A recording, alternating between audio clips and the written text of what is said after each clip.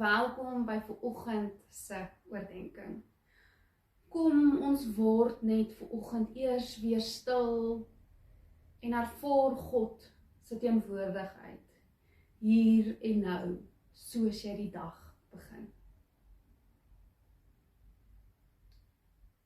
Kunswerke was nog oor al die eeue 'n manier hoe mense iets probeer verwoord wat hulle nie altyd in woorde kan sit nie. 'n Emosie wat hulle probeer verduidelik waar hulle nie kan verstaan nie. En een van my geliefde kunswerke of ook 'n ikoon is die ikoon van Abraham se gasvryheid. Of in vandag se tyd staan dit ook bekend as die drie-enige ikoon. Nou hierdie ikoon beeld dan daardie verhaal van Abraham uit, waar hy 3 manne sien en hy hardloop na hulle toe en hy sê vir hulle, kom sit hier, en hy berei vir hulle 'n maaltyd voor. Dit is iets van die gasvryheid en die hart van ons geloof om te sê, gaan na mense toe, nooi hulle in en laat hulle geliefd voel. En dis presies wat Abraham met hierdie 3 vreemde manne op sy pad doen. Maar soos die eeue aangestap het hierdie ikoon ook verander in die drie-enige God ikoon. Nou as jy mooi na die ikoon kyk en naby kyk, is dit 3 mans engele wat om 'n tafel sit en 'n maaltyd saam het.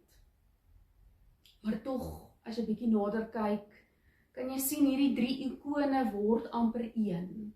Dit word een beweging, hulle is aan mekaar geweef en met mekaar ingevloei.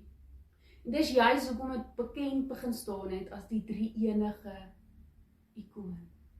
Want dit wys iets van God se drie-enigheid vir ons. God die Vader, Jesus Christus met die beker voor hom wat vir ons kom sterf het, en die Gees wat in gemeenskap, in liefde, in vrede by mekaar in teenwoordigheid is.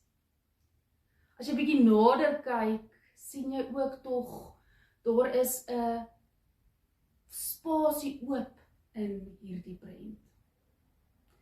En dit wil my amper innooi, dit wil die kyker innooi om te sê, kom sit saam aan hierdie tafel van ons.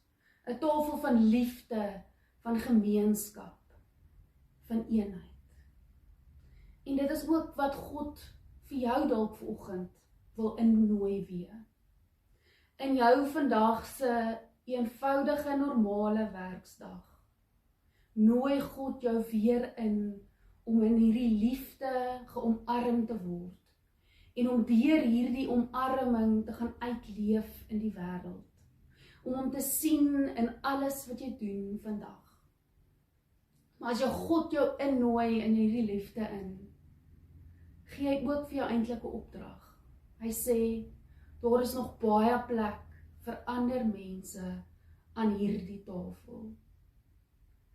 So vandag gaan kyk wat se persoon jy moet uitnooi om in hierdie teenwoordigheid saam te kom sit.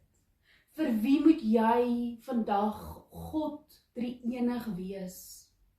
Vir wie moet jy innooi in hierdie liefde? Kom ons bid saam.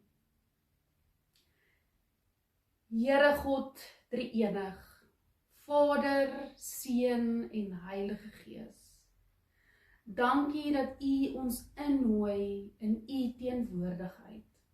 Dankie dat ons daarin kan leef en dit ook weer gaan uitleef vir ander. Here, dankie dat ons weet dat elke oomblik van vandag is U teenwoordig by ons en U maak dat ons ook daardie teenwoordigheid vir ander mense kan wees. Amen.